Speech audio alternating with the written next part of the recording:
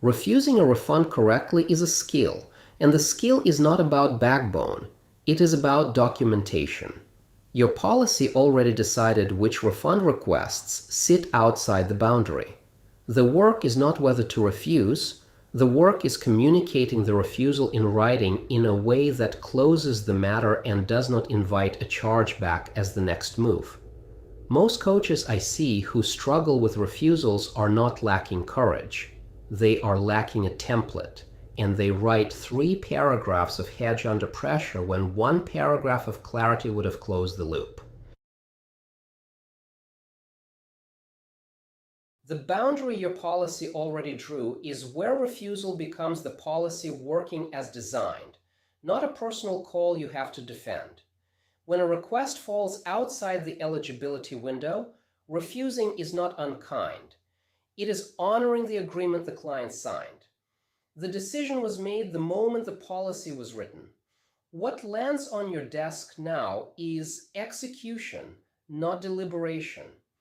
Frame it that way internally before you write the email, and the writing gets much easier because you are not negotiating with yourself about whether to hold the line. 4 situations are clean refusals, where the policy decided the outcome before the request ever arrived. Outside the eligibility window. The window was stated. The window was agreed to in writing. The window has closed. Sessions delivered in full as contracted. The engagement was completed. The deliverable was delivered. Post-completion regret is not refund grounds. Non-refundable deposits as explicitly stated in the agreement. The deposit clause did its job at intake. The refusal honors what the client signed. Buyer's remorse after the window, real human feeling but not a policy trigger. The delivered versus disappointed distinction is the one most coaches blur, and clarifying it protects both the policy and the client relationship. Service delivered, client outcome not what they hoped. That is not a refund situation. It may be a conversation about what coaching can and cannot produce, about expectations that were set too high somewhere in the discovery process, about what comes next. But the cash does not move backward. If you genuinely fail to deliver, repeated no-shows, fundamental scope misalignment, sessions you skipped, that is an entirely different question with a different answer, and the policy should accommodate it. Documentation when refusing has 4 requirements, and the first one is non-negotiable.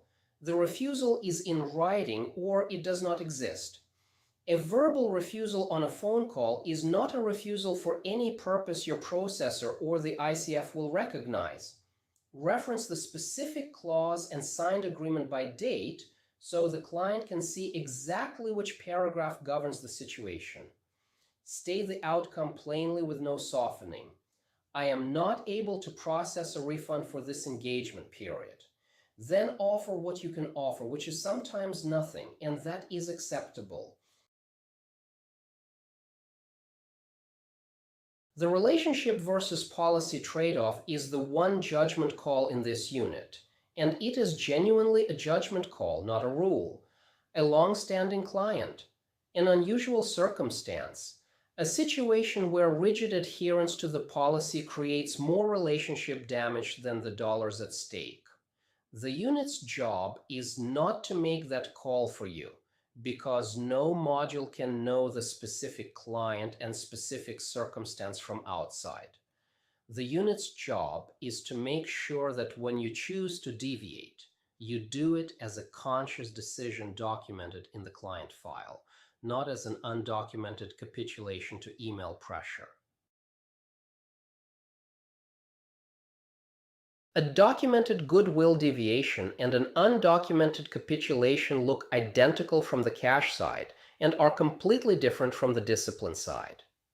Documented goodwill, written file note dated and reasoned, framing the refund as a one-time relationship investment for stated reasons specific to this client. Undocumented capitulation, Same dollar amount out the door, no file note, no record that the policy was deviated from consciously, no signal to your future self that this was an exception rather than a pattern. The dollars are the same. The downstream pressure on the next client is completely different.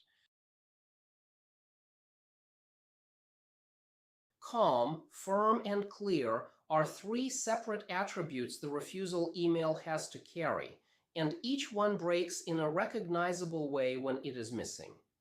Calm means no apologizing for the policy and no over-explaining why it exists. The policy is the policy. You do not have to defend it paragraph by paragraph. Firm means stating the decision as a decision, not as an opinion you might be talked out of. I cannot process this refund, not I do not think I should process this refund. Clear means the clause is referenced, the outcome is stated, and one door is left open if any door makes sense to leave open. One email, one decision, done. Watch how compact the refusal becomes once the policy is in place. 3 sentences carry the entire weight. The client opens with a soft request 35 days outside your 10-day window, which is the textbook script for testing whether the policy will hold. The response cites the section number from the engagement agreement, names the calendar date the window closed, declines the refund, and offers a conversation that costs you nothing to honor. No apology stack. No paragraph explaining your business reasoning. The client doesn't need your justification. They need to know the rule and the door that stays open. Anything more dilutes the policy on the next client who tests it. The work before the next video is drafting your version of the refusal templates while you are calm, not while you are under pressure. Open a document.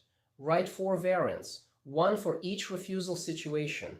Fill in your own policy clause numbers, your own agreement section references, your own engagement structure language. Save the file in the same folder as the chargeback response packet from the prior unit. When a request lands, you are editing a template under calm conditions, not drafting a response while a dispute escalation timer ticks in the back of your head. That folder is the work.